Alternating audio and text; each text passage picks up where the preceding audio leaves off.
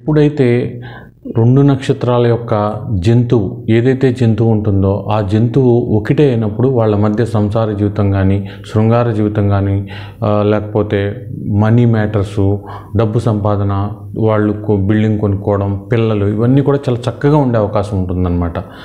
అయితే రాక్షస గణమ దేవగణమ ఇవన్నీ కూడా కొంతవరకు ఏక నక్షత్ర మృగం అంటే 2 నక్షత్రాలకు ఒకే మృగం అయినప్పుడు ఇవన్నీ పట్టించుకోకుండా పెళ్లి చేయొచ్చు అనమాట.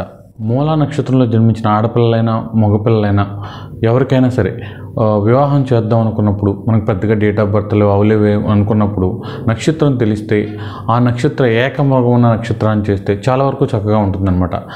ఇక్కడ మూలా నక్షత్రంకి శునకం అంటే కుక్క మృగం కింద ఉంటుంది.